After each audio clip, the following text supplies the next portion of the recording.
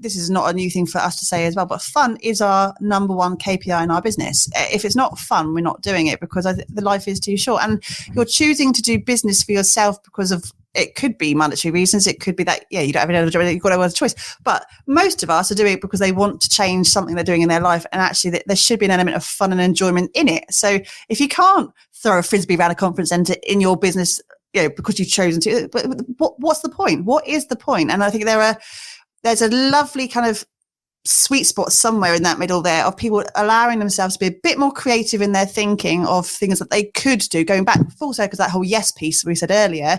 Could you do this? It's not a definite no right now. Let's explore what that could look like in practice. And that's like, we're not going to give a spoiler right now, but there's something we're working on right now with a project for the middle of the year. It's like, well, there's nothing to say we can't do it, and it sounds like it's a lot of fun for us. And I'm a stats man, as I said. I'm a stats Quick Google: 1.66 people per 10,000 die in a car. Okay, 1.1 in 10, 1.5 in 10,000, just over. And I can currently only find 2 people who have died from a frisbee incident.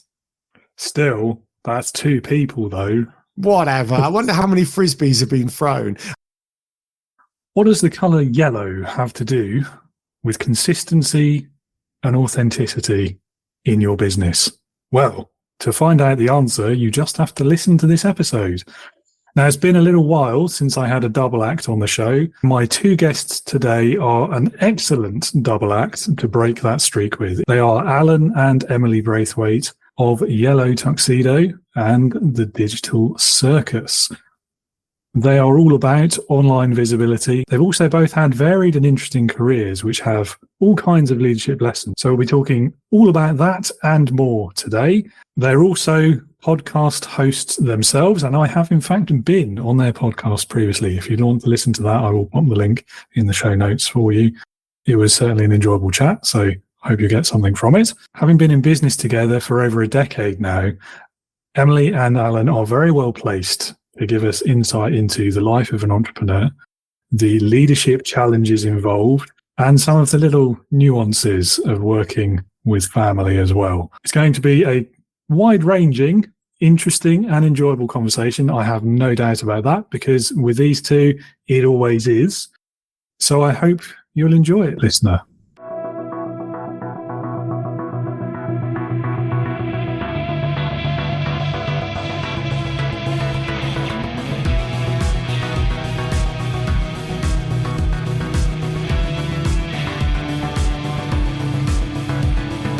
Welcome to the Leading with Integrity podcast.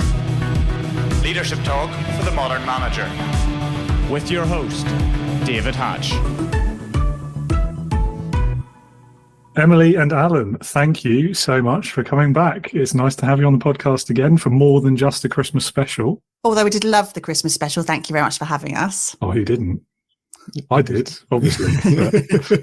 So, well, let's dive right into it. We'll kick everything off by, handing the reins over to you to introduce yourselves to listeners, tell them a bit about your backgrounds. I have to pluralize that now. Your business and what you get up to today. What gets you out of bed in the morning? Kids. No, we have no choice. Not the first time I've had that answer either, to be fair. Yeah. Do you want to do the official businessy part, or should we do that after, like the what gets us out of bed? Let's do us first. Just on that kid thing, very quickly. I was waiting for a meeting with school the other day, and a parent walked in with her child, going, "Really sorry, had to wake him up at 8:25." And I was like, "So what? So you had to wake your child up? Go away. Don't need that negativity in my life." Anyway, it's not about kids, it's about leadership. Alan and myself work together as a husband and wife team in a company called Yellow Tuxedo, and we have been working together in business for nearly 12 years now. Yellow Tuxedo simply is a organization that helps small business owners to understand and navigate and wade through that massive thing that is online and online marketing, because it's quite a scary, not even scary, it's just quite an overwhelming space to be. And we don't believe that you should be overwhelmed. And actually with some simple kind of guiding and navigation now, we can help you get to the other side so you actually enjoy utilizing it to grow your business. Anything you want to add on that? Well, no, not for the business, because I thought we were doing the business after us. Oh. So, no, that's fine. What about, so David said, what gets you up in the morning, other than your facetious answer? what gets us up in the morning, us up together in the morning, is the fact that we love doing what we're doing. And although we are a team of two, we are a team, and helping small business owners to really get there. And we're quite enthusiastic. You might get that as we go across this interview. We are quite curious people. We love finding out what's under the skin of people and being really helpful as well. So that's what gets, I like to be helpful. We're big. I mean, we delve into kind of personal stuff quite happily, but that we want to, like Emily and I, we've been in scouting. Scouting will get mentioned loads today if we're talking about teams and leadership and things like that. So we've been in scouting since I was 6. I was 10. Early 80s for me.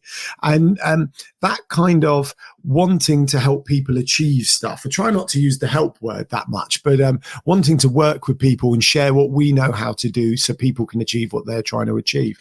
And yes, that's all very buzzwordy and everything else, but it is actually in us. You know, it's like we are all capable of so much more.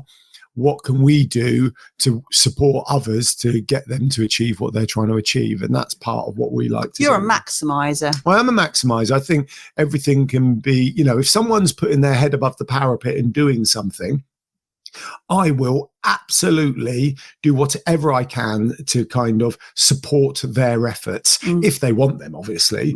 If they don't want them, we're not interested. But that if you're making noise, we are there supporting it 100%. Yeah, fair enough. And I must say, having known you for a little while, I do agree. You're an excellent team. I think you work really well together. Your podcast is a really great way of showing that as well. I think the way you host, it's really good. Biggest lesson then that you've learned from life as business owners, because you've been doing it a while now? We have, and we've lots of lessons, both pre-working together and working together. But we've gone through quite I'm going to say the word journey. I don't want to use the word journey. It's an adventure. We've been on quite an adventure for the last 12 years. So Yellow Tuxedo this is not the first time we worked together. So we had an events business that was tough. It was a really hands-on physical business with a lot of moving parts to it, and staff management and locations and customer service and practical stuff, operational stuff, which unfortunately died during COVID. So, you know, we've had to go through a lot of lessons in that business in terms of understanding what success is. And we have to remember it was a very successful business, we're at the point of looking at franchising and growth that way. There were lots of things in the horizon for that. We just chose to go a different path in the end. So its closure was not a failure. It was just circumstance. So, what was the lesson? The lesson was about understanding what we could take from that first business and taking it to Yellow Tuxedo to make sure that we could continue the success of that business, but apply it in a different way, because obviously Yellow Tuxedo is very, very, very different to what Bailey Bell Tents was. But the strengths from that and what we do today is still very similar in terms of helping people, supporting people, communication there, making sure that we're really clear on our messaging, and how we deliver is super important. I think we got that from our first business. I think mine is not necessarily about what I learned, but it's about, well, I guess it is ultimately what I learned. But I think I like coming back to achieve something you've never achieved before, you may need to do something you've never done before. So if this is your first business, you are probably trying to achieve something you've never achieved before. And so you are probably going to have to do something out of your comfort zone. And, you know, whether that's making content, whether that's networking, whether that's the act of selling, whatever it is, you're going to have to, you know, to quote Gail Tong, pull up your big girl pants, and perhaps he's allowed to say that because that's her marketing strapline. Okay. That's her. You know, I'm not targeting women there. You know, so we love you, Gail Tong. Yeah, we love Gail Tong, actually. Yes. Yeah, I've got a mind blank there, but never mind. That's all right. But keep waffling. No, I mean, I think it's the COVID story is obviously a depressingly familiar one. So I guess what I'm curious about is, if COVID hadn't happened, do you think you still would have made that shift? Yes. Yeah. We COVID was a full stop to that story where we didn't really have that choice to carry on, but we had already dabbled with that next chapter anyway before we got to COVID. So because of the type of business it was, because it was very seasonal, with like March to September was a very strong period of time where we were go all the time. And it was very difficult as we had a young family at the time as well.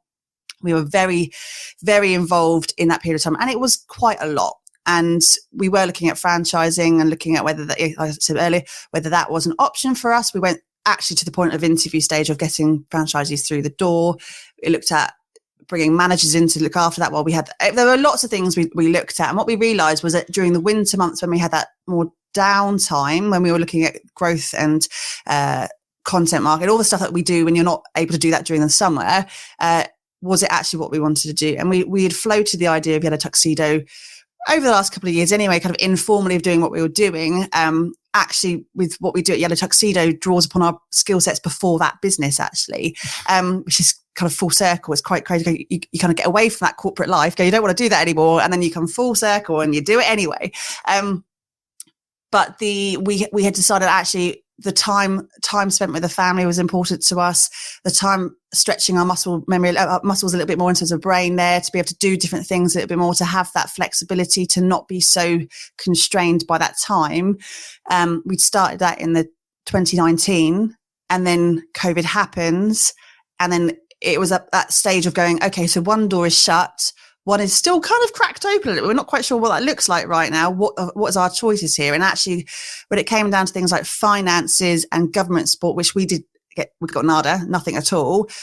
We went, okay, we have to amplify this. So it was that actual step we needed really to go, if you're going to do it, yeah. I quite like how you're delivering this in quite a kind of formal, businessy, professional manner, and none of it's not true. It hit the creek. We went, okay. Yeah, absolutely. When you lose 100% of your projected revenue for one business, and you've got a business that's 6 months old that looks like it might have legs, and then the 3 kids get sent home to be homeschooled, so you ring up the school and go, just so you know, we will not be doing that much schooling because otherwise we don't feed our children. So we had to go to town on Yellow Tuxedo and grow it as quickly as we can, which when delivered in a more businessy manner is how Emily delivered it.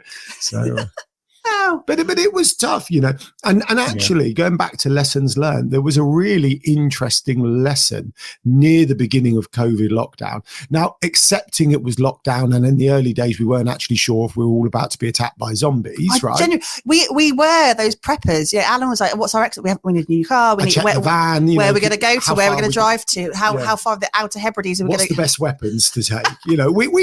We watched in the early first week or so, we watched World War Z and Zombieland in one weekend, looked at each other and went, yeah, we probably need to think about this, because we didn't know. We had no idea, right?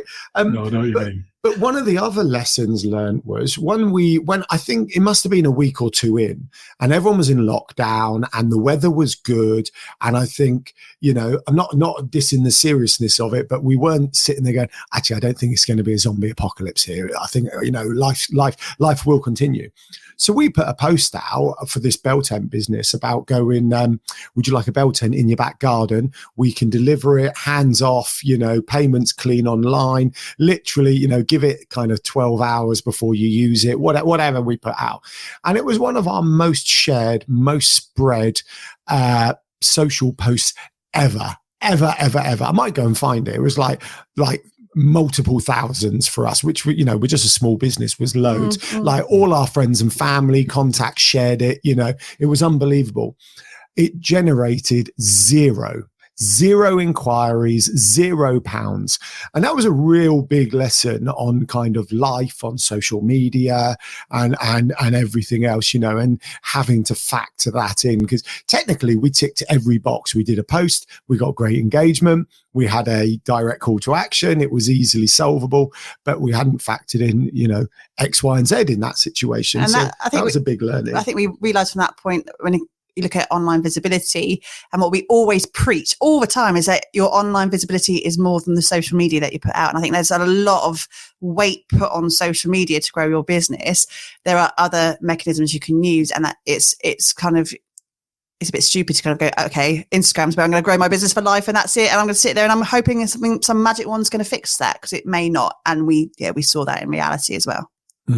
Yeah, I know I've made that mistake. It is so easy, isn't it? To just get tied up in the vanity metrics. And yeah, but when you take a cold hard look at it and realise no business I've ever done has come from that activity, you do have to question, like, what's the point sometimes? Yeah. Well, yeah, agreed, actually. But there is an element of, does it fill your cup? Does it make you happy? Yeah, right? true. Yeah. You know, because going for a walk makes me happy, but doesn't generate me any money. And, you know, creating content makes us happy. But it does make you money, though, Alan. Well, is this a classic Gary V? What's the ROI of your mum? You know. Yeah, no, going for a walk does not make us money. No, but it does not have a direct return.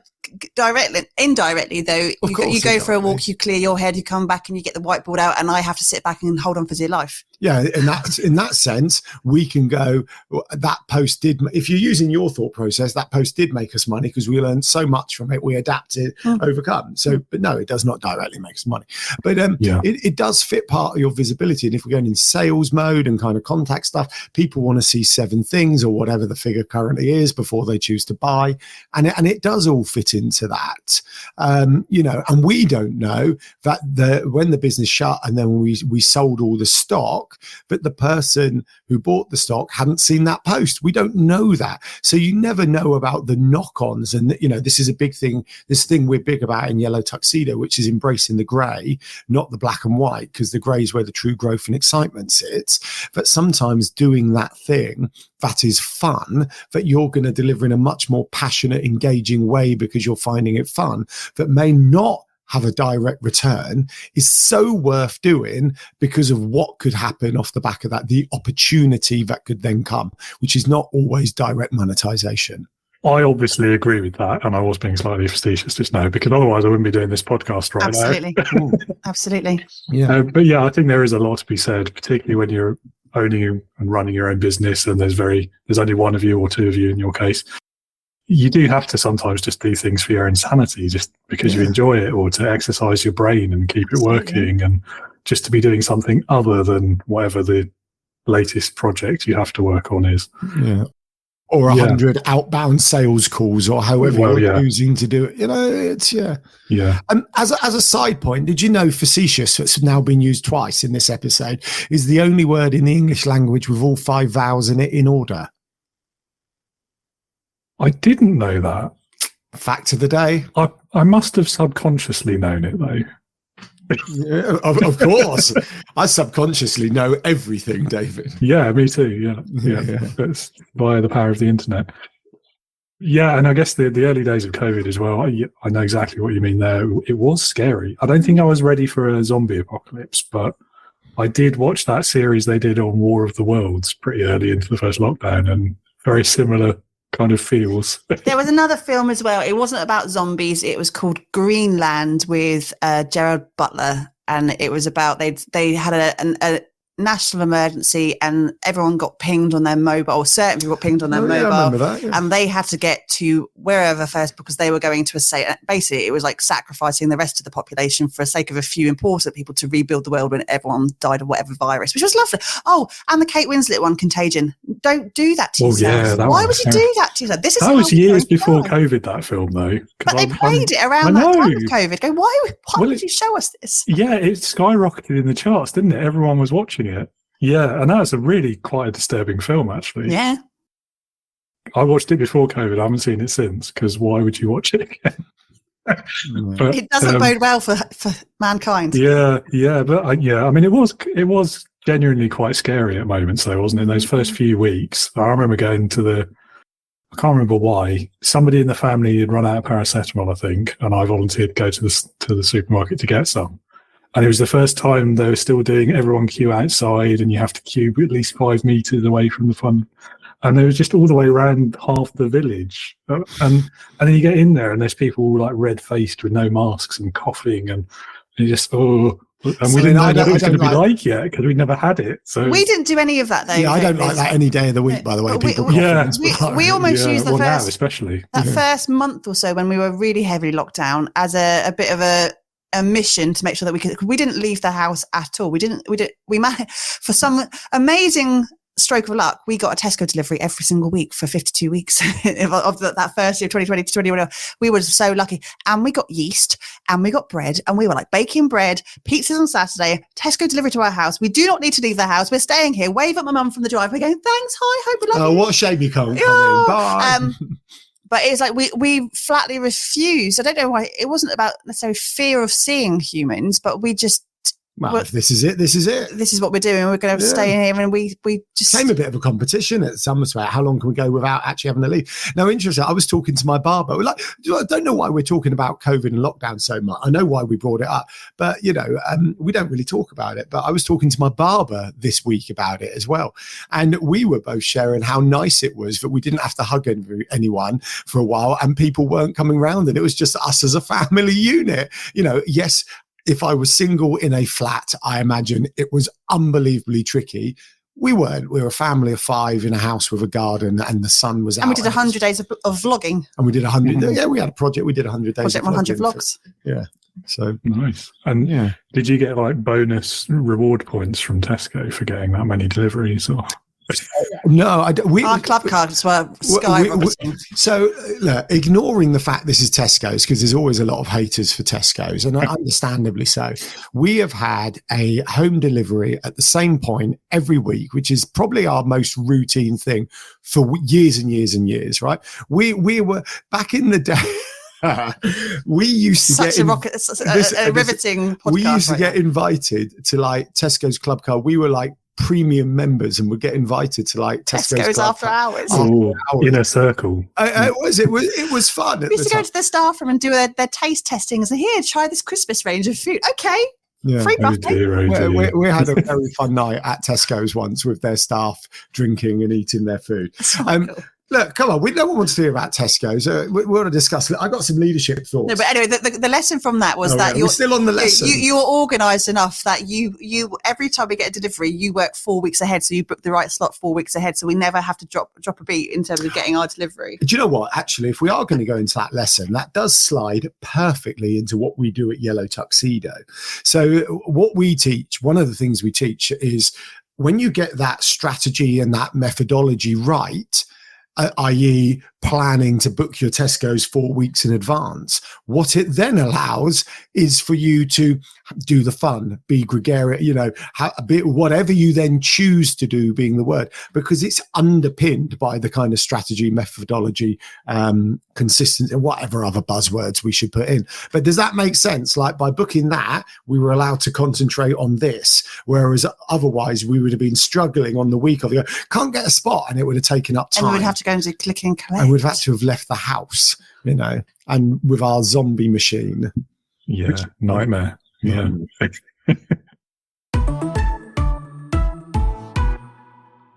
Okay, so given what you do then, I'm expecting a really good answer to this next question. What is your top advice for any aspiring entrepreneurs in the audience? Interesting. That is tricky, isn't it? No, well, it is. I want to get the wording right when I say, and I think it's easy when you're starting. It's very much. It's easy to say do this when you start, but we all know it. We've all been there. We know exactly how the lay of the land is. You do what you need to do at that time because either you're new to it, you're not quite sure what to do, or your budget's not allowing you to do that. So therefore, you kind of scrabble and piecemeal together until you're at a point where you can. So we're big. Yellow Tuxedo's business is called Yellow Tuxedo because it's about standing out in the crowd, right? And that is another buzz phrase. Well, what does that actually mean? And I think whether that's a yellow suit standing out in a sea of grey and navy, or that is you really having a strong viewpoint on what it is you believe in your purpose. I think that's a massive thing. The majority of people we work with have a purpose-led business of sorts. It could be wanting to clothe people so they feel fabulous, or it could be that they're looking to solve confidence issues with speaking, or whatever. There is a purpose behind that, and I think you having that clarity in your vision of what you're trying to achieve first, and building the business around that without even going you're true to that path, because what you're going to get is what we kind of unpick with everyone is a lot of noise either side of you telling you do this, what's this, and you get so bogged down by that you can easily divert. And I think you have to really know if that's what you want to be, and that's the vision you have, and that's how you want to be seen, and that's what your brand should be, then you must be as rigid as you can to make sure that no one can tell you otherwise. What we teach with Yellow Tuxedo is that methodology, I suppose, but we can't tell you what to do, and I don't want to tell you what to do. That's not my place to do that. That's yours to own. So I think understanding that if you need help, you need support, fantastic, but don't let anyone tell you what to do. Would you? Yeah, obviously I don't disagree. It's what we talk about day in, day out. Mine, I like to think I'm quite a simple person sometimes, but mine's a bit more of a don't think, just do. Right? Oh, stop! This is out of control, Alan. You need to stop. You need to stop. What with my Top Gun Maverick? We are everyone who has ever followed Alan at all. If you're listening and you have listened, fantastic, well done. I've not written this on social media, but you have used the "don't think, just do" quote from Top Gun Maverick about 1,000 times now. Three. And we're about to do a in-person event for the FSB in April, which is at the Aviation Museum. And we have a flighty kind of Technically, theme. it's at the Museum of Army Flying Middle Wallop. Anyhow, very cool. But they're taking a standpoint on like aviation type theme. Sorry, are you stealing my advice? No. What I'm saying is we're doing like piloting your way through social media is like the title of our talk. And Anna's like, don't think, just do. I'm like, we can't I don't mean it in that hoorah way. I think you need to think about the politics of standing in an Army Aviation Museum and quoting a Navy pilot as well. Like, that is a good point. An American Navy pilot, no less. Well, luckily, the businessy types there will be okay with it or not understand the kind of finer details of my mess up. But I just feel, right, there is so much kind of, I don't like using the word overthinking. Sometimes we think a little bit too much about what we do and almost unconvince ourselves about something. Yeah. And yes, I'm going, don't think, just do. But to a certain extent, that's what I mean. We all do it, and I include ourselves on this. But some of the best things ever are the ones where you've just gone, "Oh, it feels right. I'm going to do it." What's? There's 1,000 quotes on this or stories. Is it Edison the light bulb or something like that? Edison the light bulb. Edison invented the light bulb, but before he invented the light bulb, he learned 10,000 ways not to invent a light bulb, something like that. It's about failure and everything else. And so when you put "don't think, just do" with "we never fail, we always learn" and all these other things, then it makes more sense. And being an entrepreneur to a certain extent is trying 10,000 things until you get one thing right or one thing sticks. And the more you think about things, the longer it's going to take to get to that point. I don't know any entrepreneur who's done one thing and it's gone amazingly, and they've ticked a tick box on Monday morning and by Friday they're turning over $1 million, right? It doesn't exist. You're testing, you're trying, you're putting it out there, you're trying to see what works for you, what product's right, is the service right, is the copy right, is how's the onboarding, how's the offboarding, and it's like my head's about to explode with all of these things. So when you factor in everything you kind of need to think about to a certain extent, surely it comes down to just get on with it. If I'm not allowed to use the Top Gun Maverick for 1,000 reasons, just keep going, keep pushing. If you want it enough, you just do what you need to do, don't you? Yeah. I'm not sure about the Top Gun quote either, but if you can work a Star Wars quote in there, there's blanket approval on the point for that. Can I just Google Star Wars quotes? That's cheating. Come on. Well, I would say I know Star Wars quite well. Can we not just say "May the Force be with you"? I had to Google "May the Force be with you." Do or do not. There is no try. Well, that's the obvious one, there is no try. Yeah, come on, we can have that. Yeah. I think there's a lot to be said, isn't there, for the overthinking problem? And for me, I think it's like the 80-20 rule, isn't it? And the perfect being the enemy of the good. I think most things that are worthwhile require at least some thought. You can't just knee-jerk everything, but it's knowing when to stop thinking and start doing that, I think, is the real trick, isn't it? And Edison's quite a good example as well, because I don't think he actually did technically invent the light bulb, did he? I don't know. I'm sure I got it wrong. I think he was like the 15th or 20th person to come up with the idea, but he was the one who perfected it and then understood the market enough to make it work commercially. Oh no, Edison did not actually invent the light bulb. People have been making wires since 1761, and Edison turned his attention to the problem of illumination. There you go. There we go. But that's a fascinating thing as well, because then you come down to there's no such thing as a new idea, right? But you can take another idea and make it better. Now, I like to think there are going to be the odd new idea, right? You know, at some point we stopped using a horse and started using a car. We stopped using pencils. Well, there are people who still use horses. They're weird. No, that's not the point. The point is a new idea. They're not weird. Have you just said all people who ride horses are weird, Emily? You're saying you're putting it out there. You're definitely not staying safe today. Yeah, I don't disagree with that, actually. I have a controversial opinion that horses shouldn't be allowed on roads. No, I totally. We say this all the time. This is why we like you, Dave. Yeah, because they've got all this countryside, and then they're down the main road, and it's like, and it's dangerous as well. Yeah. And isn't it harmful to the animal as well? Like they're not designed to be on concrete. I just don't particularly like sitting on horses. I've had the brown paper bag moment sitting on them when I've had to do it for various reasons. And there's then a picture of you riding a donkey in Jordan as well. Yeah, it's not quite the same. But it's the idea, like big, strong, powerful animals. I don't think I'd want to be sat on all the time. And actually I could do whatever I wanted at any point, and you can't tell me otherwise. We're the same about cows, actually. But you don't ride a cow, do you? You don't ride a cow, no. That'd be a pretty slow mode of transport, wouldn't it? But they are scary. Anyway, so going back to Edison, the reason I think he's quite a good example is because he did the things you're talking about. He perfected the idea. He learned from those previous 15, 20 failures and brought it to market and realised that success. So, yeah, I think it fits. Going back to your, knee-jerk's not the way forward, some things need thinking over. I would argue that by the point you've got to, I'm going to do this, you have already thought about it. Very few things arrive today and do you do in 1 minute. There'll always be a kind of small transition period. I presume so. That might just be us as overthinkers. I don't know. Possibly.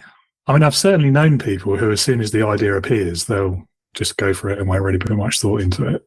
Trying not to be rude about them in case they figure out who I'm talking about, but it didn't always go that well. Let's leave it at that. Well, we can use us as an example. So Emily and I have had a lot of ideas over the years, and the ideas that have stuck are the ones that we've just got on with. So we've learned that there's kind of almost a organic kind of, you know what I mean? Like if we do it, it's right. If it's not, if we don't do it, it wasn't right. So it's, we just kind of, what about this? And then sometimes it would stick and we'd do it. And other times we've just forgotten about it, a week later. It's quite, we go through, because Alan is a serial domain collector. So we have an idea, he buys the domain, and then you be like, because they're all like a penny at the time, aren't they? And then you go back, okay, how many have you got? And you look at all the ideas we've had. Not British Burger Week. That was a premium one. Or was it Burger Fest? Burger Fest or British Burger? But we had the glamping cookbook, and we had this and that, like all of these ideas. Glampfire coffee. We started looking at whether we could white label coffee. There's so many things we have tried to do, but we've always gone, let's buy that just in case. And then I've gone, that's a really stupid idea. Well, you never know. I mean, some of those could turn out to be a good long-term investment. Someone else might want to buy it off you one day. One day. If you'd like to buy British Burger Week off of me, happy to have a conversation. 10,000 10 million. No, 1,000, whatever. Million. Amazing. We've got to retire one day. So a slight tangent, but I think it's kind of in the same region of what we're talking about, is something I found since I became a business owner is I say yes to things a lot more than I used to. In the context of overthinking, I think, before being a business owner, most of my overthinking was looking for ways to find a justification not to do something. Whereas now it's, actually, that could be cool. I'll say yes, and then I'll think about it afterwards. Because you didn't think, you just did. Well, it's not really doing, is it? Agreeing to do it, and then actually later doing it. I don't know. Maybe, I like a bit of yes theory. Sorry, this is rare. I don't want to truly interrupt you. In a sea of, there's a lot of noise that says stop saying yes all the time, and I'm like, no, I want to say yes more. Is it Danny Wallace who wrote Yes Man, the book? I love that book, and it does. I think there's a lot of noise, and Alan just kind of alluded to it. There's a lot of noise around boundaries and anti-hustle culture. Stop hustling. Say no. Have time for yourself. I'm like, don't work so hard. Don't work. It's like clearly these people aren't trying to grow a large legacy, you know. And I think actually what saying yes more does, and you've just said it as well, is the fact that you may not know how to do something yet, but say yes and work it out later is that first part of that. But also it just unlocks so many new opportunities to different people that you might work with, different ideas, different ways of thinking. And it's a better way to be, in my opinion, because also you're putting that positivity in that rather than take it. When I always say no more, don't this, protect your back, it always feels quite oppressive and negative because this is all really hard. And I don't think it's that hard, Dave. I really don't. Yeah. I know, and not to walk back what I've already said, I know what you mean. I think there's two categories of it for me. I think I get the say no more idea when it comes to saying no to the wrong customer. Yeah. That I agree with, and I do that a lot. We've all done that. When I can afford to do that, I do that. Yeah. And then I think the saying yes bit, I don't know if I like the say yes and figure out how to do it later thing either, because I've worked with some bosses who did that a lot, and it was usually someone else who ended up dealing with the figure out later part, and quite often me, and I used to hate that as an employee. But I think there's not immediately saying no that's where I come to it from. I don't want my first reaction to be no, I don't want to do that. I want to say at least let's have a conversation about it, and I want it to be a yes. But that makes sense? It makes perfect sense. But I think we're in that kind of nothing's 100%. We don't catch every fish. Police people don't catch every criminal, et cetera, et cetera. We shouldn't say yes all the time. And if someone came up to Yellow Tuxedo and said, would you like to be brain surgeons on the King? We're not going to go, oh, shall we say yes? It'll be great for exposure and we'll figure out how later. We're never going to say that, right? So it's still... That was such a random example. Well, I know. It's still got to be within certain parameters. Now, I don't think anyone else can define those parameters for you, but I guess lots of it is about growing your comfort zone, opportunity, and everything else. And you're right. There is a time when saying yes isn't the right thing. There is time when you probably should stop hustling. Burnout and all these other things are used all the time. But so you could then argue that burnout comes because you don't know what your purpose is and you don't know how to do it. So therefore, work on your purpose, work out this, because and then there's all of this to everything, right? So if we have to work on this kind of 80% broad arm approach, kind of scooping everything in that 80% up and letting 10% either side of our arms go out. And that's how we should be looking at these things. But I think the biggest challenge is the people who may be walking with their hands straight in front of them with the tiniest kind of 15% gap. With leaving lots, I can't do the maths that quick, lots either side, and they need to broaden it and allow it to come in, because opportunity does come up to you when you least expect it. Yes, we joke about podcasting and having fun and return on investment, but if you don't do the podcast, nothing's going to happen. If you do the podcast, something can happen. And if you do the podcast in the right place with the right thing in the right way, then something's more likely to happen. And these are the points, I think, to factor in. And once again, without really meaning to, it comes back to what we teach. We see a lot of people do a podcast and go, I'm having fun, I'm chatting to people, and it gets a bijou amount of listens when they launch each episode. And we go, well, hold on, if you try this, this, and this, it will naturally get more exposure and visibility, because that's what we teach. And they go, okay, and they do it and see it. So that's what we're doing. We're increasing the opportunity for opportunity, basically. I was thinking over that as a situation there in terms of... What's the situation? No, Alan. Can't do that. No. No. See, David and I just go... You and I have very mirrored faces a lot of the time going to... Should David and I have had a lowbrow conversation and you and David had a highbrow conversation? This is it's genuinely why for the last few we've done, we have gone separate. We've gone, let's have our voice separately and then come together at a different point, because... Well, I think this is more fun this way. Okay. I have found, so when we're together, Emily's the straight person, the straight man, and I'm the kind of... the fool the fool in the partnership. But when I'm by myself, I default to serious mode, which I find quite interesting. No, I was going to go to, so for anyone who does it, I was very very opportunityed. I was very lucky to have an opportunity last year to go to Malawi. And that was one of those say yes, work it out kind of situations where it was not on my radar at all. It was something that I got tagged in a random LinkedIn post. And the opportunity was, would you like to lead a team of 10 women to Malawi for a women's partnership? Right. I have to interject because it's relevant, right? And I'm not going to finish the story for you. But the only reason you got tagged was because of all the things you'd been done previous to that, which involved meeting the person who then tagged you. Does that make sense? Yeah. Relevant to you've got to do it to increase the opportunity. Anyhow, so the scope of that was, for me, it was a free trip to Malawi, amazing, but I had to be part of putting that team together. It was the pre-training before we went away. It was the safety and security of the team. It was the molding everyone when we were away there. It was the workshops we delivered, all of that kind of stuff. Part of me would have gone, okay, it's not in my business plan for this year. It's 12 days away from Alan and the 3 kids. It was at a period of time where actually we go into our quiet, should I be at home making money with the business? Should I be doing this? Blah, blah. And you give yourself all of those reasons why you shouldn't go.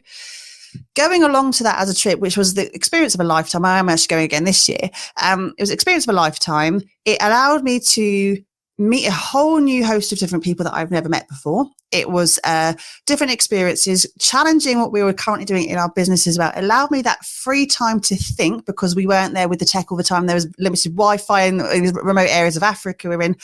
And actually, I came away from that rejuvenated, refreshed, ready to go. And actually, from some of the learnings from that and what I delivered as that trip, we can now apply to Yellow Tuxedo, and we're looking at different models now and how we do delivery in terms of events we might want to put on in the future. And we are now able to kind of mold where we're going on that adventure from something that was tagged a LinkedIn post that I just said yes to, and I didn't overthink that.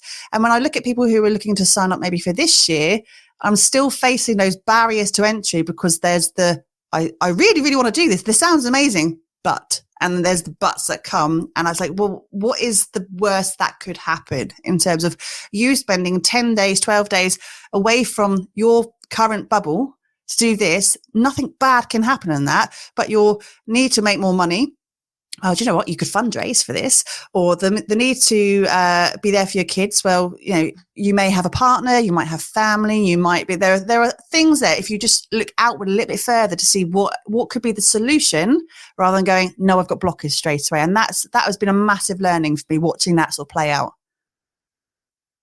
I think you, and I did mention it, obviously all of that's correct and brilliant and fabulous. I love how he validates every time. No, I didn't mean, what I didn't want to do is think I was ignoring it. So I say that to kind of go, no, that's brilliant. But the tagging part, the being tagged is so much bigger than just, I got tagged in a post. Because the person who tagged you had to know who you are, had to know you were still active, had to know you were relevant to the tagging. And all of that comes back to putting it out there, being social, sharing your adventure, your values, so people know what you're about. And if you hadn't done that consistently over time, then that person wouldn't have known to tag you. And I think that tagging is such an important part, because the person who tagged you then also had to be aware of the other person. And it is a real great example of the opportunity that can come when you're putting it out there and you're open to it and you're being visible and all these other buzzwords. But unless you're in it, you've got to be in it to win it, right? You've got to be in it to win it. If you're not in it, you're not going to win it. Right.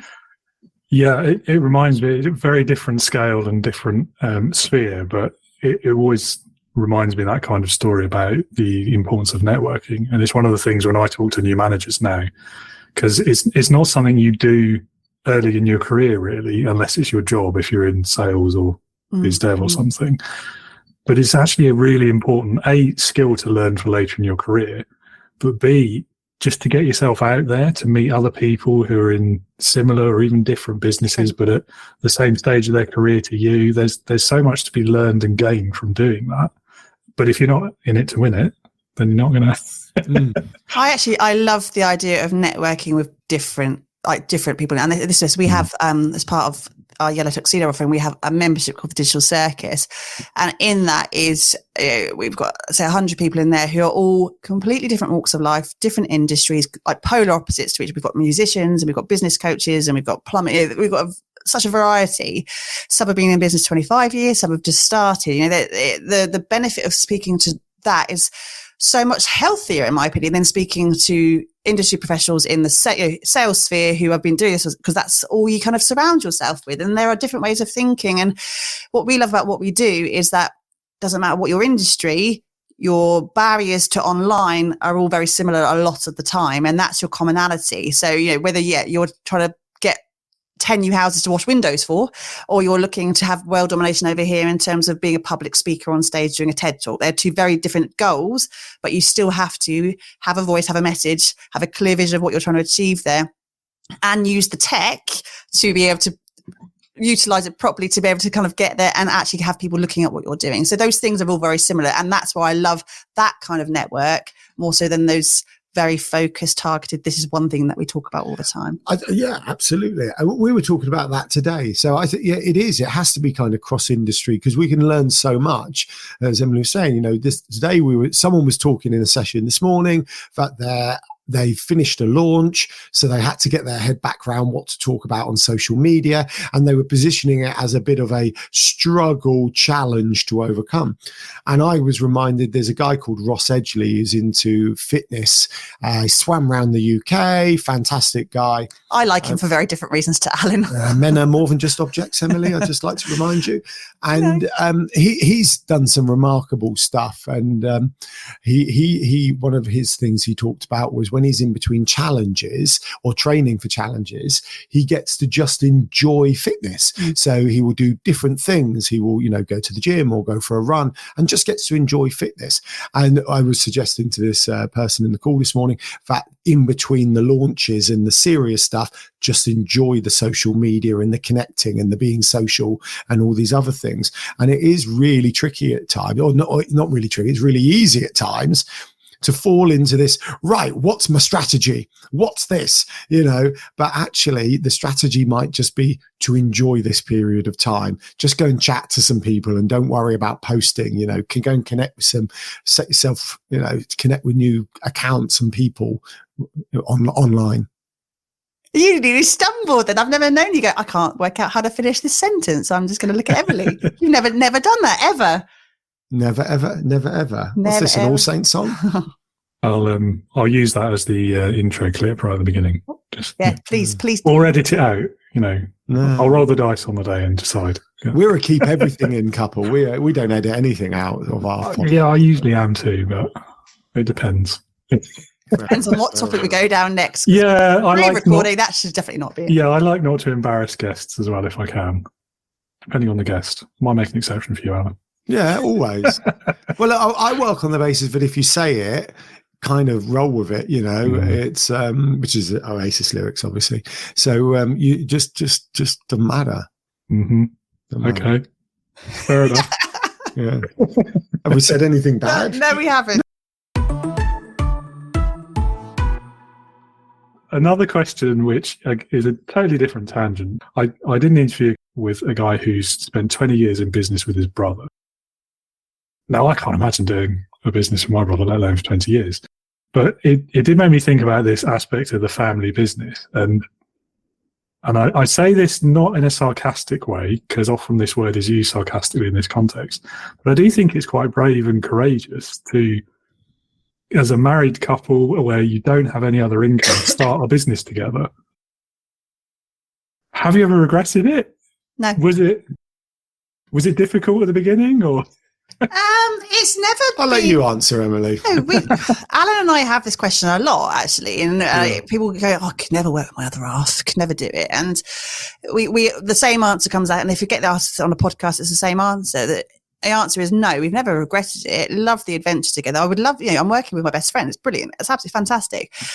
We have this ability to know that we've got very different skill sets. We've got very different experiences. We have different career paths from before we worked together. But we have commonality in the fact that we are working towards the same goal. So that is a strength that a lot of people don't get. And, you know, my my family background is that I grew up in a family business. So my grandfather had a chain of, or many businesses. He was a serial entrepreneur. So it's no surprise that I'm now in that kind of realm as well. But he started a chain of nursery goods shops. So buggies, pushchairs, that kind of stuff. And we had 4 shops between the family. My mum and dad had one. My uncle had one. That kind of stuff. So I've always been around family business and seeing out that dynamic. And it's been an interesting learning curve. Now, fast forward a few years, when we started Bailey Bell Tents, we also did have family members working with us outside of us two. Never again, never again would we work that closely to family and friends in that kind of motivation is very different. Is very, very different. And so I'll use my dad as an example, but this is not a diss on my dad, but my dad is like, well, what is this to make? We need to graft and we need to do, because that's traditional values of how you work. Whereas Alan and myself are a bit, let's work smarter, not harder sometimes. Let's work at structure. Let's look at different models of business and look at online. Let's look at global. And we're using those quite different words to what was in the 1980s, let's just stay in your lane, do this. So the fact that Alan and I, we recognize the nuances of family business, and I've come into that in a relationship knowing some of those lessons as well from what my mum and dad would have had. We are both very ambitious. We are both very driven. We're both very gregarious. We are both very, we don't suffer fools, and we have a very clear vision of where we're trying to get to. And it's quite an exciting place to be there, where Alan could have the stupidest idea in the world, but it's not stupid. And I will sit back with a cup of tea and go, okay, lay it on me right now. Normally you belittle me on Instagram stories about my ideas at 6 a.m. I draw the line when I'm coming down at 6 a.m. in my dressing gown, and I'm an early riser. And he's literally go, right, go. And I'm like, oh, just let me pour my morning coffee first, darling. So, and I will then reply, well, we don't win the day by doing that, darling. Let's go. But I do think coming back, it's having those different skill sets, which is really, and not just in terms of practical skill sets, but in personality skill sets as well. So Alan is Alan. I say that in a completely positive way. He's a very different breed of human to anyone else I know. He's very loud, and he's got really strong opinions, and he's very creative. But when we started this, he was very analytical, and I was more creative brain. And we've almost swapped over in terms of what we do. I'm still loud, but I'm probably a bit more under the blanket, kind of considered sometimes and needing that quiet space. But he pulls me through and I pull him through. So we complement each other with how we are as personalities too, to answer that in a very long-winded way. That's very interesting, particularly the swap. Mm. Yeah. We do still, the bit with me is, I think it's, the creative part was very profound for me, actually, understanding that I was way more creative than I actually realized. And I am still quite a black and white thinker. I like a spreadsheet. I'm the spreadsheet guy. I'm the guy who does kind of our tidying up the files. I'm the Emily, have this been saved in the correct directory person? And Emily's like, no, it's still on my desktop, and I'm like, well, I can't find it. That'll be why I can't find it. Yeah, I'm the one when you look at your desktop and I have loads of icons, loads. So it's not been a That's giving me anxiety. Just I know, it gives some anxiety. Yeah, whereas everything has a place, and if it has its place, you can build on that because it's a neater environment. So there are still those, like I say, Emily's more of a creative thinker, and I'm more a black and white thinker. But what we've allowed is my creative side has grown a bit, and Emily's more kind of academic, because you are a naturally academic side has kind of come out. So first time in 40 years. But. Well, yeah, but that's fascinating. And my creative side, first time in 40 years. So a quick story short, I remember being 13, taking my GCSE options, sometime in the early 90s, and I said to my art teacher, I really like art. I want to take art, but I understand I can't draw or paint, and because not like these guys, because mine were rubbish. And he's like, well, actually, we don't think you should take art because you're not very good at it. That's such a stupid thing to say.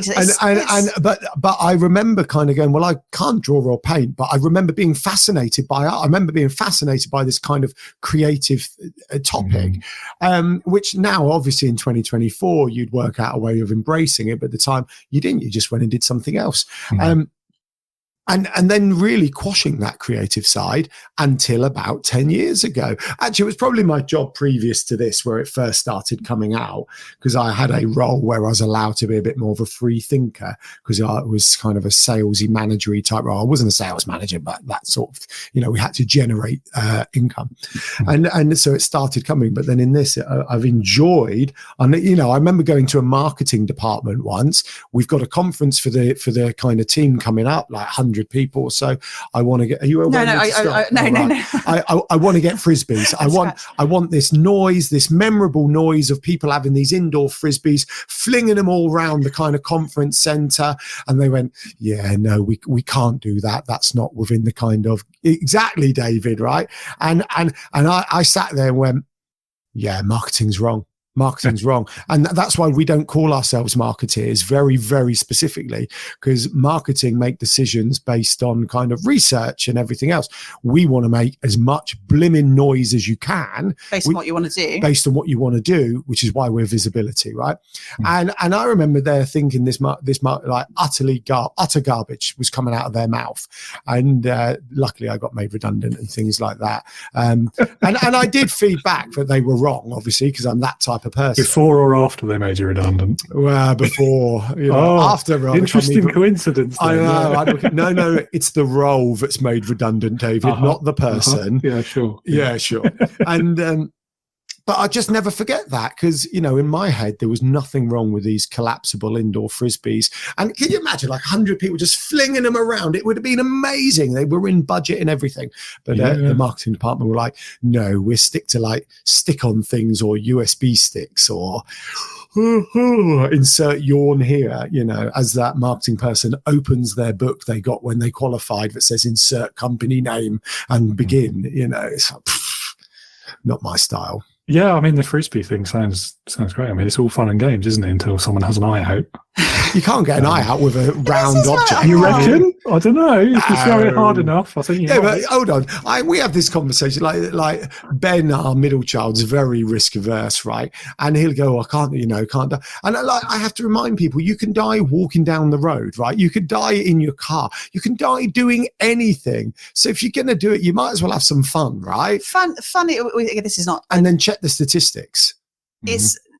This is not a new thing for us to say as well, but fun is our number one KPI in our business. If it's not fun, we're not doing it, because the life is too short. And you're choosing to do business for yourself because of, it could be monetary reasons. It could be that, you don't have any other job, you've got no other choice. But most of us are doing it because they want to change something they're doing in their life. And actually there should be an element of fun and enjoyment in it. So if you can't throw a frisbee around a conference centre in your business, because you've chosen to, but what's the point? What is the point? And I think there's a lovely kind of sweet spot somewhere in that middle there of people allowing themselves to be a bit more creative in their thinking of things that they could do. Going back full circle, that whole yes piece we said earlier. Could you do this? It's not a definite no right now. Let's explore what that could look like in practice. And that's we're not going to give a spoiler right now, but there's something we're working on right now with a project for the middle of the year. It was like, well, there's nothing to say we can't do it, and it sounds like it's a lot of fun for us. And I'm a stats man, as I said. I'm a stats Quick Google: 1.66 people per 10,000 die in a car. Okay, 1.1 in 10, 1.5 in 10,000, just over. And I can currently only find 2 people who have died from a frisbee incident.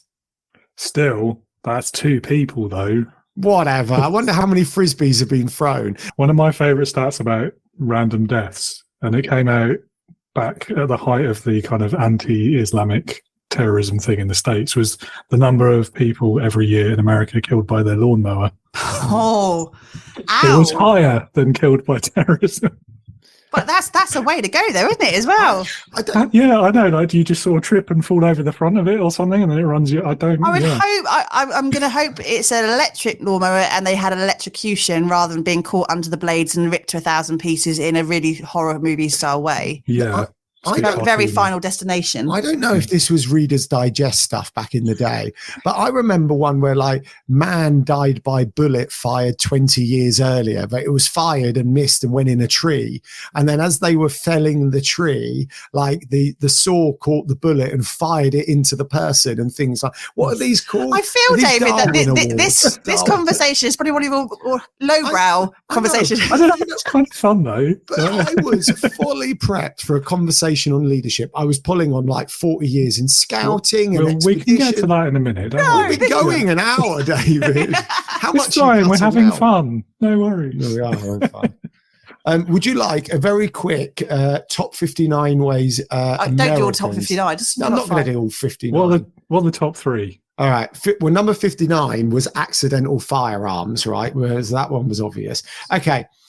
Top 3. Oh no, these are all very serious ones. Do top 5. Do top 5. Well, they're all. Oh no, these aren't accidental deaths. These are actual deaths. So they're things like Alzheimer's and lung cancer. Sorry, I thought they were funny deaths. That's clearly not fun. Is any death funny? That's also top 59 ways Americans die. That's very specific. 50 bizarre ways to die.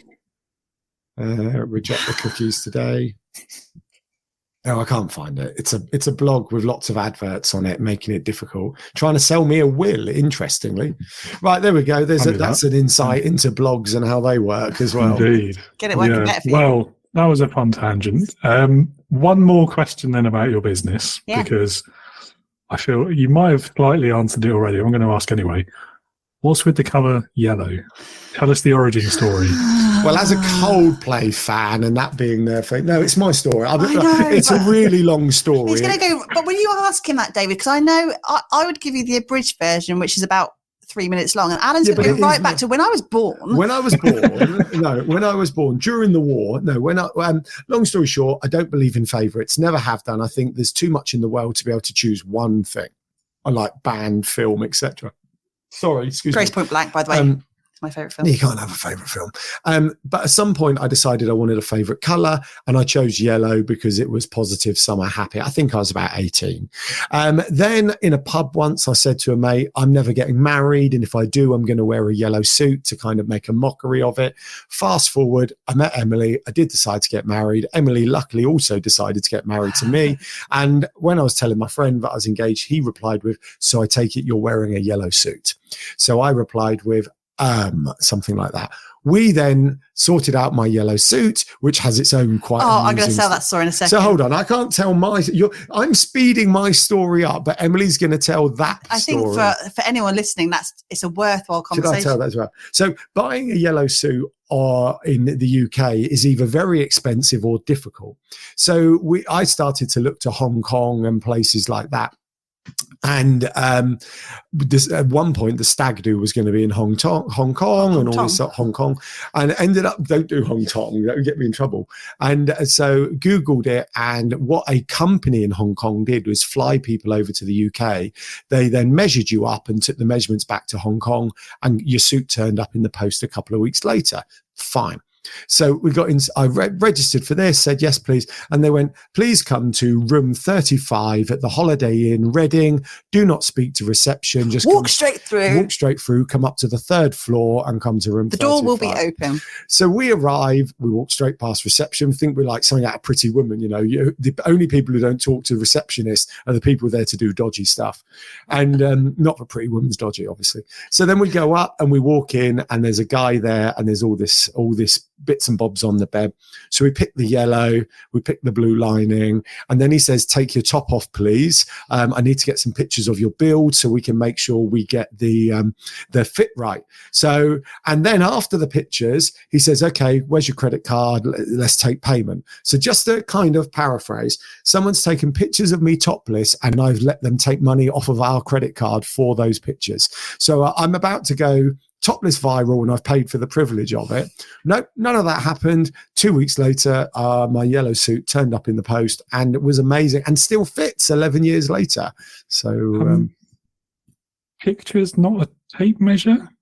There was some tape measure as well, but they wanted to. Okay. Yes. I think the tape measure factored in my love handles and things like that. So right. Anyhow, going back to the story of where Yellow Tuxedo. So anyway, Yellow Tuxedo became something, and we quite liked it. Yeah, sorry. First of all, the elephant in the room. Yes, it was a suit, not a tuxedo. But yellow suit doesn't have the same ring as yellow tuxedo. So we changed it to Yellow Tuxedo. Yeah, I think that's probably wise. It's all to do with syllables and the flow. And but everything else. the message is in terms of, Alan wore a yellow suit to our wedding. I was, definitely not the center of attention in that day. And it was all about standing and doing something that he wanted to do in a way that was fun. And it made us all smile. And we still talk about it to this day. You put that into business terms and that whole standing out piece, it may not be you're wearing a yellow suit. It is your version of that, but it kind of... And you still have to underpin it. This is really important. It's not just about being gregarious and loud and standing out in that way. It's about, as we talked about a few times today, it's about underpinning it with the serious stuff. So yes, I was wearing yellow to be fun and because I wanted to, but every aspect of the wedding in that example was spot on and done. So then we could go and be fun. And like I say, we've done that with the Tesco bookings during COVID and whatever else you choose to do. It all has its place. That's the learning from this whole podcast is get better with the Tesco delivery order sessions. I don't think it is. I think learning's... it's prior planning, isn't it? Yeah. Prior planning. Well, I have to say, I mean, the yellow, it's nice to hear the story behind it, but I don't think I know anyone else who is so committed to their brand. Like for anyone who's not watching the video version, you're both wearing yellow. We do. There's yellow wires coming out of your microphones. Yeah. Your drink is probably in a yellow receptacle, isn't it? You've got your pineapple cup today. No, I've got yellow mug, yellow phone. Yeah. But it is a little bit ridiculous in her, and it, your brand is not just your colour palette. We know that for all the branding experts out there going, you only say that to placate the branding. I do, but it is memorable though as well. It is memorable, and we are at a point now. So we're wearing yellow now, and we wear yellow majority of the week because you put it on for a video, you put it on for a social media post, you put it on for a meeting on Zoom, whatever. And then you realise that you have nothing but a yellow wash and you're wearing it all the time. So you might as well just embody it. And the little touch points are funny. But we have people who, we've got new clients through the door who've seen us on the school run because we have people walking through the park in the yellow jackets and they remember us. And it's a point. Well, do you remember the woman, there was a couple who lived the other side of the hedge that we walked past and they stopped us to say hello because their daughter knew us. And she said they're the couple who was wearing yellow. So she stopped to say hello. You must be that couple. We have people sending us pictures that they're in Sainsbury's in like the habitat section of Sainsbury's and they've seen a yellow lamp. And I saw this and I immediately thought of you guys. Like, it's that memorability that we've got now. And that's not being centre of attention in any way, but it's that connectivity of what people perceive and that silliness and fun. We look like a bowl of blancmange, but not blancmange. Banana custard most of the time. I think it comes back to my full circle here. Like, to do something you never achieved before, you may need to do something you've never done before. And in a world so when you're employed, you're earning your wage, right? What you do does not actually directly affect anything that's happening in that larger company, right? It just doesn't. And fundamentally, the people at the top and the investors, they're the ones who get richer and everything else, right? You earn your wage. When it's your business, every single thing you do can have an impact on that business. So why would you not take every single opportunity that is available to be more memorable? And if by wearing a yellow jumper and having a yellow watch strap and going, yellow mugs makes you more memorable, winning. Absolutely winning. Right? And it doesn't hurt anybody. And, truth bomb, I do wear other colours sometimes. Well, pipe down, Charchi. I've got a really lovely... I don't believe you. He doesn't. But in the evening, I've got a really lovely, a red kind of really big baggy jumper. That's my kind of comfort blanket type thing. I love wearing it. But, and there's no problem doing that. But, outwardly when we're doing stuff, when we're not doing that now, people notice. If we don't wear yellow, everyone's like, I feel a bit uncomfortable. And this doesn't feel right. What's going on? Are you okay? That level of what's happened? Yes, and it's not an act. The washing machine broke. It's like, I guess there's a little bit of semantics in the words here. It's not an act, but it is an act. It's a uniform, because if we weren't doing yellow tuxedo, would we be wearing yellow all day, every day? Probably not, right? But it still is my colour. I chose it when I was about 18 years old because I wanted one. I still owned yellow stuff before. And if you're working in Tesco's, you'd be wearing a Tesco uniform. I'd be wearing the Tesco's uniform. You know, if I played for Manchester United, I'd be wearing their kit. So there is an element of, yes, we put it on because this is what we do, but it is a natural thing, you know, as part of it. And you know, but it's the same with, look at YouTubers. You've got Casey Neistat's got his sunglasses. You've got Peter McKinnon who goes, what's up? And wears his hats. And, you know, lots of people have that memorable thing. What's yours? What's yours today? And you don't have to announce it. It's a very subtle thing. That, or not so subtle. Well, funnily enough, I mean, we speak to you quite a lot, David, but your Spitfire in the background has almost become that subconscious thing in my head. I was the same. You know, which is interesting because it's only been there 2 months. Well, I vaguely remember a conversation about it, not about that exact picture, but I do remember a conversation. But it's those little things, you know, and when people blur their backdrops because they may be embarrassed, they're in their bedroom or, you know, the dining room or whatever. If you leave actually, we've got a friend, Kirsty, who was doing her Zooms, her networking Zooms from her kitchen, never blanked her backdrop. And she was known as Kirsty with the nice kitchen because they just had it done up and it was particularly lovely. So she was known as the VA with the nice kitchen. And it's all these subtle opportunities at all times. And we've just got to be prepared to do it. And it might take confidence, which then comes back to Gail and her big girl pants and everything else. But if unblurring your background makes you more memorable in this instance, unblur your background. Yeah. That's not as profound as I thought it might be. The point's still there. I mean, we're getting towards the word authenticity, aren't we? But I think consistency as well, I think is really important. And that, I think, also leads us nicely into leadership. There we go. I knew we'd make it. So what's the biggest leadership lesson that you've each learned in your careers so far? Who wants to go first? I'm going to go. Does it have to be career? Can it be life? Well, kind of same thing, aren't they, ultimately? No, well, I think when you say career, I go back to employment in my head, and it's not. Yeah. Sorry. Okay. I think it's for me, I wouldn't expect anyone to do anything I'm not prepared to do first.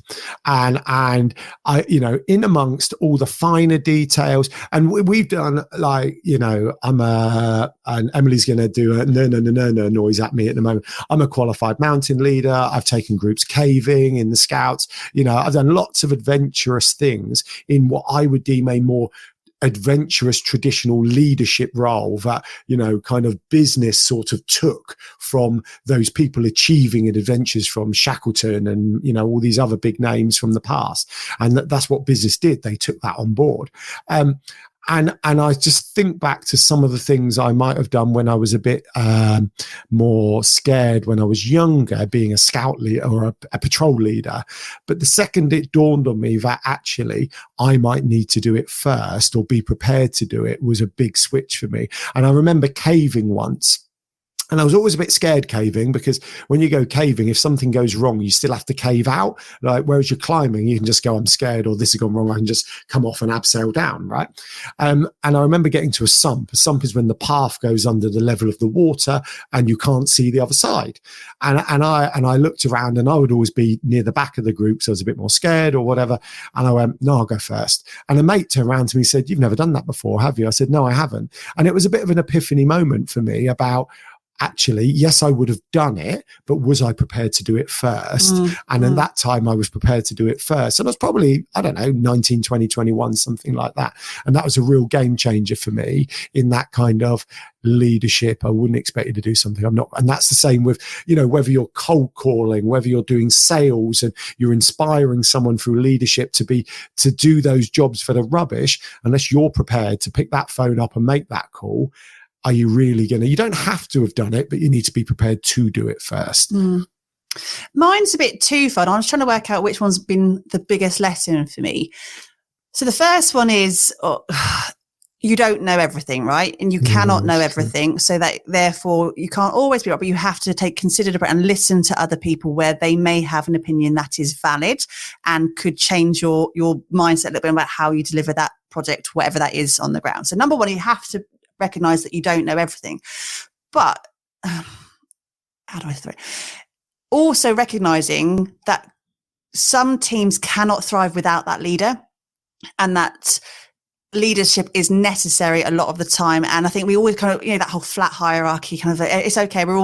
Sometimes you just need that direction to say, no, I'm going to take charge there. And if that is you having the balls to go, right, okay, I'm going to lead this team right now, but still with that considered approach of other people's thoughts and feelings as well, to make sure that you're making the best decision, but still putting yourself forward to go, right, okay, let's go forward with this and make that work. Because I've been in so many committees and teams and projects when I'm like, I'll say it's 11 o'clock at night right now. Can we just, because it just doesn't work. And then you don't actually move the project forward. You're just sitting around mulling things over, and it's crap, in it. I think that not knowing everything's really important one. Actually, I had that at Scouts last night. So I'm a Scout leader recently. Has he mentioned he's a Scout leader? No.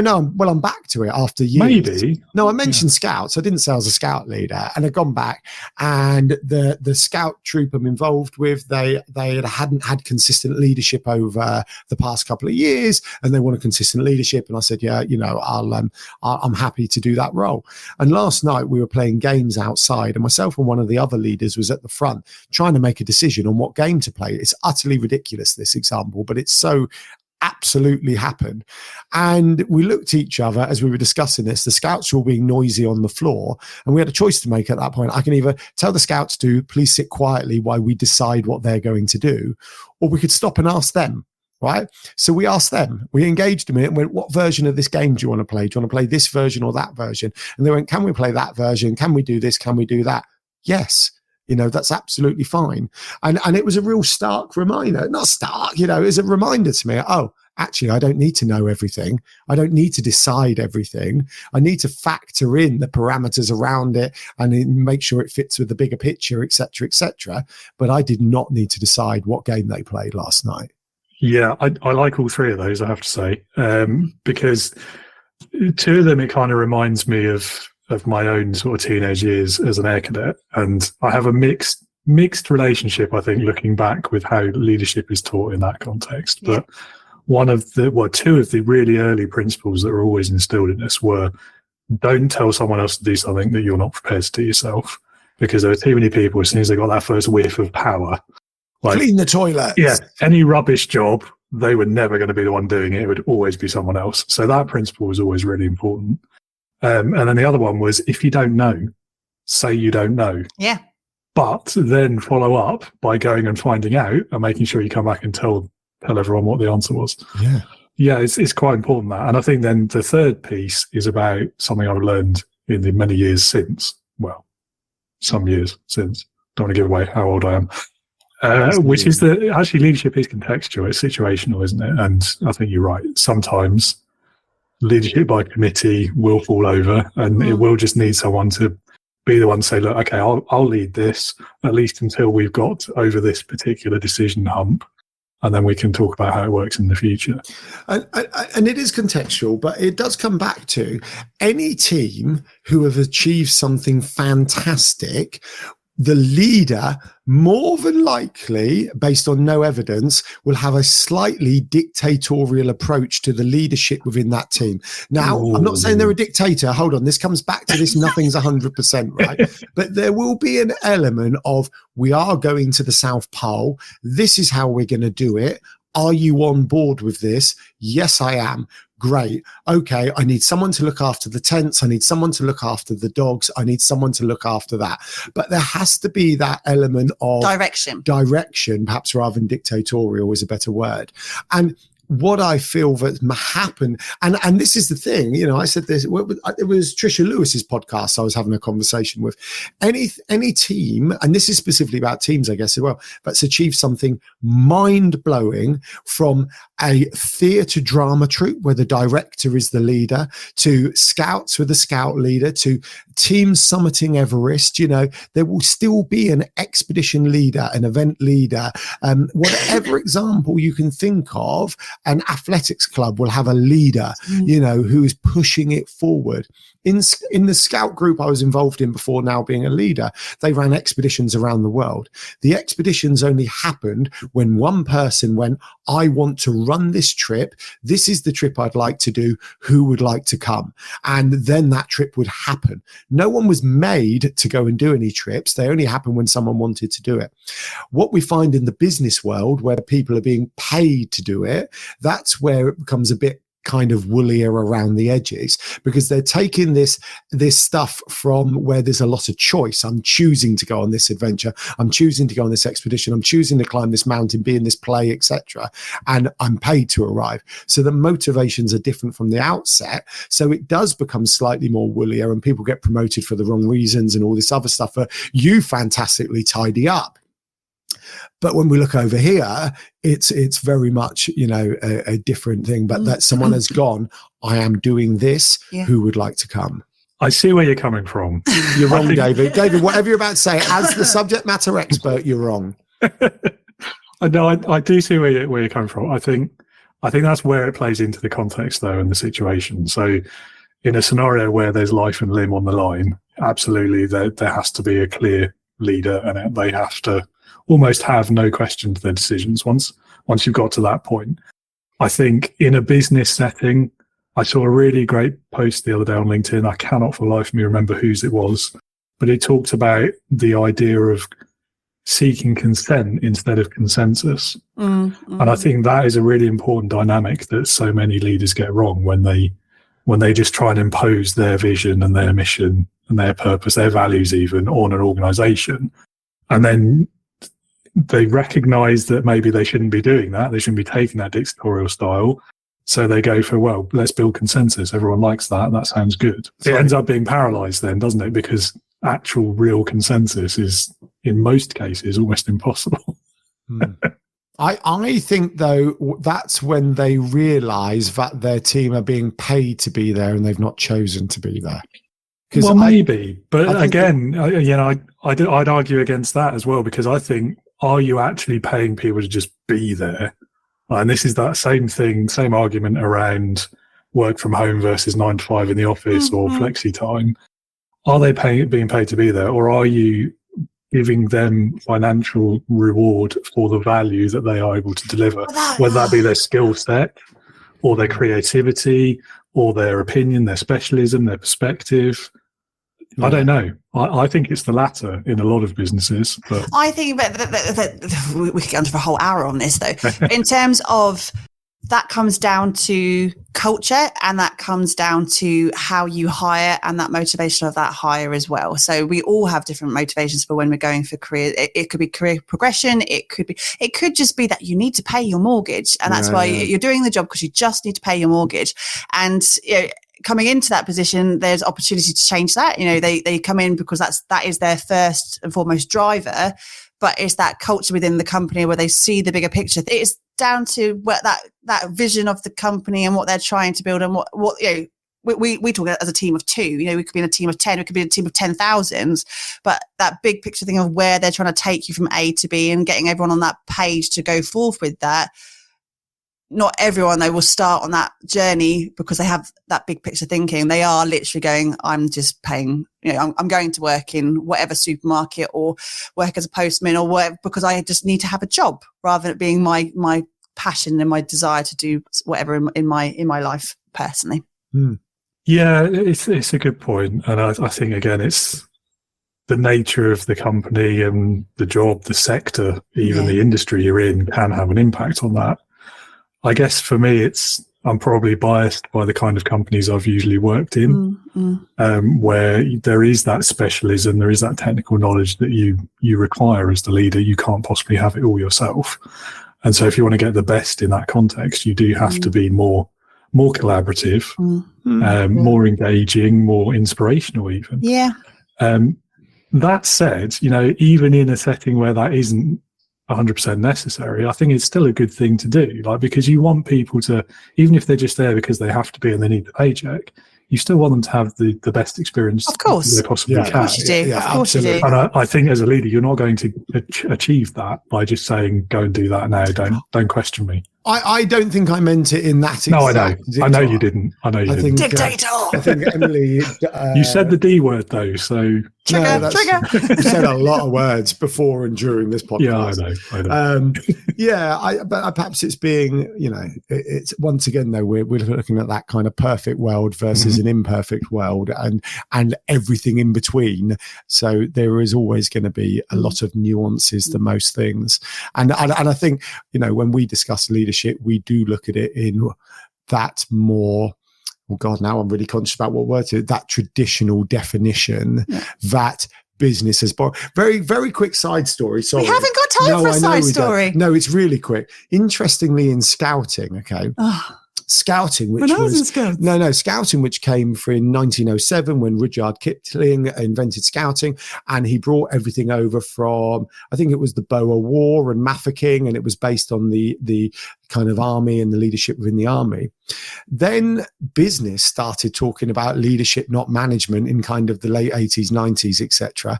And just as business was changing it from management to leadership, scouting went, perhaps it needs to be more about managers like the business world, and started changing their model to be from leadership into management. And I remember thinking, this is absurd. It must have been later in the late 90s, actually, early 90s. And now scouting is almost going away from the manager back into leadership. And it's like, it's crazy how these leaders actually sometimes get it very, very wrong. And, an engaged team following a leadership with vision is always going to be the best way. Yeah, management was definitely not the right choice there, I think, in that context. Yeah, I mean, in business, you need both. And I've always been, I think, quite vocal about if you want to do either one of those well, you have to be able to do both well. Yeah. Because, a leader who can't organise and do the administrative side of management is going to get really stuck in their career long term. Whereas a manager who can't inspire people to actually do what they need to do isn't going to be very effective either. So I think they're complementary and essential. Right. So conscious of time then, 2 more questions and hopefully they'll be quickish. We'll see.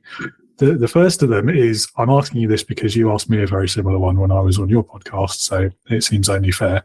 If you could go back and do one thing differently in your professional lives, what would that be? Don't work for the civil service. That was easy. Mine would probably be go up the ranks sooner. I put going off up the ranks for many years, and because basically I was scared to put my money where my mouth was. I was that person who was going, my manager's rubbish. Well, I could do a better job, but took, for the sake of this, 10 years to go, perhaps I probably should then put my money where my mouth is. And I guess that comes to that don't do something you're not prepared to do yourself type thing I talked about as well. But I wish I'd gone, because I believe, yes, I have an ego and I'm confident, but I also believe I'm very capable. So I actually wish I'd done more sooner. Well, that's interesting. And I think that's quite unusual, actually. I think most people will go the other way. They'll do it too soon because it's the best route to getting a pay rise in most companies, isn't it? Of course, but then this is Alan Braithwaite. Like I was saying, he's a very unique breed there. And interesting. No, I think I took the work. So this is my employed time mainly. Work was there to support my outside life, which was going away with my friends and scouts and adventures. I know I can't say scouts again. Emily will punch, but it's very relevant.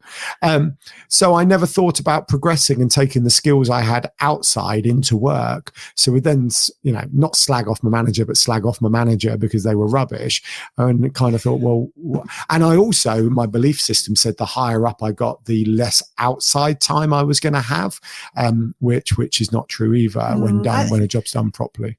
It can be. Just leading from what you just said there, I think that's apart from my not working for the civil service being actually valid, and no, I wouldn't ever again. You had a good time there.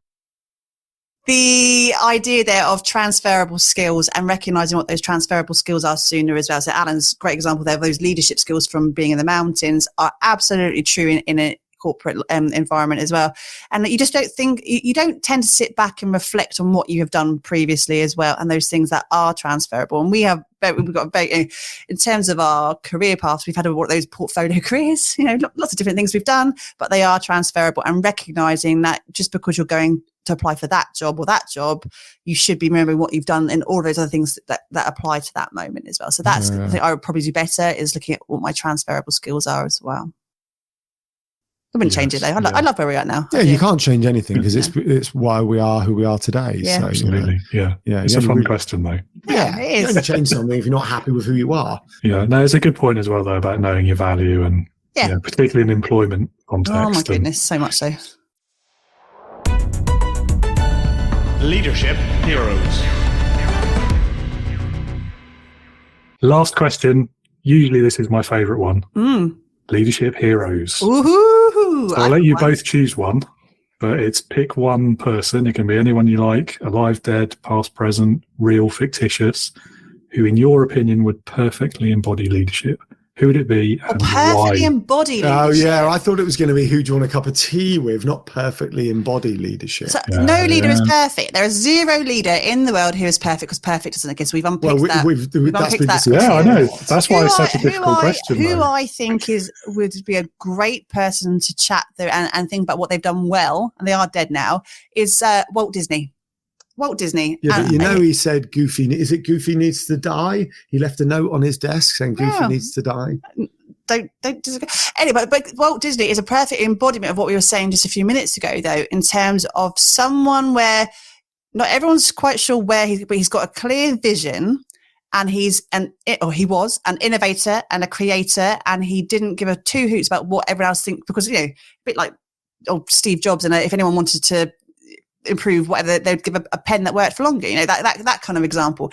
He had this creative vision to do something that, let's face it, 100 years later, the brand of Disney is the leading brand in the entire universe now, with the idea of the theme parks and the franchise and everything there. And that came out of his little head. He had to trust that was going to snowball in the way it did, and not everyone's going to get on board with him. He's going to paint a picture of a mouse with big ears and go, that is a lot to take on board. And the fun and the culture that he built and all of that, I think he was fascinating. Obviously made some mistakes as well in his life with various business mistakes, don't we all? But I think, if you're looking at someone who is an innovator, a creator, and a good leader, I think Walt Disney is a good bet. So, sorry, innovator, creator, and good leader. Yeah. Okay, I'm borrowing that. So I couldn't think of one. Like I say, I've chose a favorite color once based on kind of logic. Why would I want one? So I don't believe in favorites. So picking one is very, very, very difficult for me. But I've decided I'm going with Dave Grohl off of Nirvana and the Foo Fighters, who is, what were your three things? Innovator, creator, leader. He's all three of those things. So interestingly, Dave Grohl is very much known as a visionary, slightly dictatorial leader. He's clear on where he's going, and if you're not using dictator. No, I used it to trigger David. This is what the Foo Fighters are going, and if you're not on board with it, then you're not in the Foo Fighters. He's very famous for that. But also, that's not what you see. You see this nice guy rocking out with an unbelievable story. But Dave Grohl is absolutely a creative, innovative leader who has taken Foo Fighters. And interestingly, Dave, as counteract argument to your kind of team without a leader, many bands who were perhaps a bit more flat and lacking in the kind of vision and direct leader have ceased to exist, right? Whereas the Foo Fighters had a leader with clear direction on where they were going, still exists and has had a couple of changes along the way, but the majority of people have stuck with him or come back. So Butch left and come back. Oh my God, this is a whole episode of the Foos. But as always, he's gone and learned his craft. He went into Nirvana. I don't know everything about Dave Grohl. I only know the kind of headline stuff. He did his thing with Nirvana. He learned from that, decided he wanted to carry on, knew where he wanted to go, and took people on that adventure with him. What we see is this amazing rock and roll band, and an amazing enigmatic individual kind of frontman to that band, when actually there's quite a lot more layers to it. So that's mine, if I have to pick one, which I don't like doing. It's an interesting, they're both interesting choices. Walt Disney, not without his own controversies. Lots of, you glossed over the controversies, Emily. Yeah. But then there's always that difficulty, isn't there, when you pick a historical figure and you're looking back so far in time, and one man's freedom fight is another man's terrorist. That's exactly that, though, because you're picking someone from a period of time where the life was very, very, very different. And you look at that in 2024, you're like, no, that could never have happened. And at the time, those controversies weren't as controversial. So I think if you have to, not all of them, some were. I'm choosing to look at the bigger picture here, the blue sky up here, in terms of whether you agree or disagree. That's not the question right now, is it? It's in terms of someone's leadership and how they've forged that forward. The Walt Disney brand is exceptional. You cannot fault that today as it stands. The Walt Disney brand is a legacy brand that has skyrocketed into where it is now, with thousands upon millions upon billions of people who work for that organization. They've done something right. Yeah, I mean, it's hard to argue with the end result, isn't it? And I think if you separate the business from the personal opinions, let's say, then it's an okay one. I don't think we've had him before either, so good. There you go. It does pose an interesting question. That do you let the negative stuff slide and focus on the impact? Because Gandhi's got stuff about him that's not good. Nelson Mandela has got stuff about him that's not good. And Walt Disney has, and Dave Grohl has. So do you either let that slide, or does it just prove not everyone's 100% perfect? Yeah, I think there has to be a line when it comes to like immoral and borderline illegal behaviour. That's not something to let slide. But when they can just be a bit difficult to work with, or their personal life got a bit fraught. Yeah.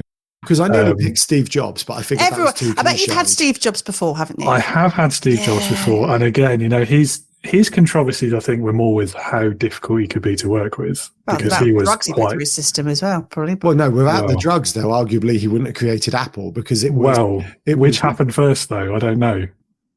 Anyway, I don't know enough about him, to be honest. The apple or the idea, the chicken or the egg. Yeah. I don't know. From what I read, it was so I have this theory that our brains work like this, but when you put your brain outside of the norm, whether that be through extreme things like cold water and outside, or drugs, or whatever you choose to get your brain out of the norm, that's when you allow your creativity to take place, which we know that from people who promote creativity. So I feel what he did, all of his extreme stuff and the drug taking, then allowed those ideas to formulate. Interesting. Well, I mean, when it comes to the bands as well, I mean, Dave Grohl, I'm sure. Unbelievable. I'm sure I don't know enough about him, but I'll be very great art always follows on from any drugs. Yeah, I think they took some. But again, I think he's another tale of two halves as well, isn't he? Because I mean, his creative dictatorship, let's say, is quite stark in its comparison to the way he is outside of that. So, like that really well-known story of him turning up at food banks and barbecuing for like 15 hours to feed people and things like that, where that is textbook inspirational leadership, isn't it? But also never had him before either. So 2 brand new picks. Well done. Extra points all round. It's the thing on Dave Grohl. It's almost like I was just thinking, like, majority of the interviews were only ever him and Taylor Hawkins, God bless his soul, and all stuff like that. You didn't really get interviews with the other members of the band, so you could argue that they had very strict brand guidelines. These are our brand guidelines. This is how we're going to do it. And you could argue that then, therefore, he was looking at Foo Fighters as a business rather than a kind of creative outlet. And that could then arguably be what, it's like relationships. Anything that you put effort into actually works. Business, you put effort into, it works. Relationships you let just happen don't always work. And you could say that's the same thing about Walt Disney and Dave Grohl. They put effort in, they thought about it, it happened. Fair enough. I can't argue with that. Yes. I can't remember the name of it, but if you haven't seen the film they did on Netflix a couple of years ago, it's kind of a semi-horror film. I'm aware of it. I've still not got around to it. It's worth a watch. We watched it in Halloween last year. It's quite entertaining. Is it Studio 66 or something? That's the one, yes. It escaped me, but yes. Yeah. That's our weekend watching then. Yeah. It is quite funny as well. Excellent. Well, thank you both for your time today. It's been a thoroughly enjoyable conversation. One very last mini question that I'll ask. If any of the listeners would like to learn more about you, get in touch with Yellow Tuxedo, maybe join the Digital Circus one day. Can in June, yeah. Okay, in June. There you go. So, we're pretty simple. We're at Yellow Tuxedo everywhere, yellowtuxedo.co.uk or the digitalcircus.co.uk. And those links get you to us. Feel free to drop us an email. Let us know. hello@yellowtuxedo.co.uk. We're on LinkedIn, Instagram, TikTok, YouTube. Everywhere. All the places. All of the places. Yeah. And including all the podcast places as well, of course. Yes. We're Digital Circus Life, the small business podcast. Amazing. Okay. Well, for the listener, I'll put all of those links, as many as I can fit, in the episode description so you can find those and click on them to your heart's content. Thank you. And that's it. Thank you again so much. Thanks for having us. Thanks for having us. Bye. Awesome. Well, that certainly was, as promised, a wide-ranged conversation. We covered everything there from social media to networking to Yellow, and even back to music and cartoons. Can't say fairer than that. We even managed to talk about leadership in there as well. So I'm pretty pleased with how that conversation went. I certainly had a great time. I hope you did as well, listener. If you would like to get more information about Yellow Tuxedo, if you'd like to perhaps join the Digital Circus, it will be open in June. Or if you'd like to listen to the Digital Circus Life podcast, you'll find links to all of that and more in the show notes. So I do encourage you, click on some or all of those links. Reach out to them. Emily and Alan are both great people to talk to and have in your network, so I cannot recommend doing that enough. They would love to hear from you as well. Now, we mentioned networking and we talked about how important that is, even in the earlier stages of your career and when you are a new manager, to start to build up that network of support, of contacts, of people that you can just talk to. One way of doing that is by joining online communities such as Integrity Leaders, where you will find other people in the same or similar stage of their career who are there to learn more about leadership and to meet leaders just like you. So if you would like to explore that, visit www.leadernotaboss.com today. That's all from me. Thank you, as always, so much for listening. Really do appreciate the support that you will give this podcast. Do join me again next week. Until next time, remember, as always, be a leader, not a boss.